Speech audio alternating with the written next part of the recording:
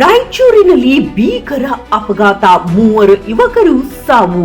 ಹೌದು, ರಾಯಚೂರು ನಗರದ ಬಸವೇಶ್ವರ ವೃತ್ತದಲ್ಲಿ ಇಂದು ಬೆಳಗಿನ ಜಾವ ಸಂಭವಿಸಿದ ಭೀಕರ ರಸ್ತೆ ಅಪಘಾತದಲ್ಲಿ 3 ಯುವಕರು ಸ್ಥಳದಲ್ಲಿಯೇ ಮೃತಪಟ್ಟಿದ್ದಾರೆ.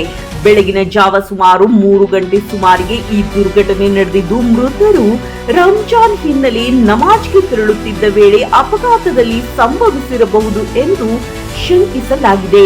ಮೃತರನ್ನು 24 ವರ್ಷದ ಮೊಹಮ್ಮದ್ ಅಲಿ ಪಾಷಾ, 19 ವರ್ಷದ ನೂರ್ ಮೊಹಮ್ಮದ್ ಮತ್ತು 26 ವರ್ಷದ ಫಯಾಜ್ ಎಂದು ಗುರುತಿಸಲಾಗಿದೆ. ಈ 3 ನಗರದ ಸುಖಾಣಿ ಕಾಲನಿ ನಿವಾಸಿಗಳಾಗಿದ್ದಾರೆ. ಯುವಕರ ಸಾವಿನಿಂದ ಕುಟುಂಬಸ್ಥರಲ್ಲಿ ಆಕ್ರಂದನ ಮೇಳೈಸಿದ್ದು, ಕಾಲೋನಿಯಲ್ಲಿ ಶೋಕ ವಾತಾವರಣ ಆವರಿಸಿದೆ. ಪೊಲೀಸರ ಪ್ರಾಥಮಿಕ ಮಾಹಿತಿ ಪ್ರಕಾರ ಗಂಜ್ ವೃತ್ತದ ದಿಕ್ಕಿನಿಂದ ಬರುತ್ತಿದ್ದ ಟ್ರಕ್ ಲಿಂಗಸ್ಕೂರು ರಸ್ತೆಯ ದಿಕ್ಕಿನಿಂದ ವೇಗವಾಗಿ ಬರುತ್ತಿದ್ದ ಬೈಕ್ಗೆ ಡಿಕ್ಕಿ ಹೊಡೆದಿದೆ. ಡಿಕ್ಕಿಯ ತೀವ್ರತೆಯಿಂದ ಬೈಕ್ ಸಂಪೂರ್ಣವಾಗಿ ಜಖಂಗೊಂಡಿದ್ದು, ಸವಾರರು ಸ್ಥಳದಲ್ಲಿಯೇ ಪ್ರಾಣ ಕಳೆದುಕೊಂಡಿದ್ದಾರೆ. ಅಪಘಾತದ ಶಬ್ದಕ್ಕೆ ಸ್ಥಳೀಯರು ಓಡಿ ಬಂದು ನೋಡಿದಾಗ ರಕ್ತದ ಮಡುವಿನಲ್ಲಿ 3 ಬಿದ್ದಿರುವುದು ಕಂಡು ಬಂದಿದೆ.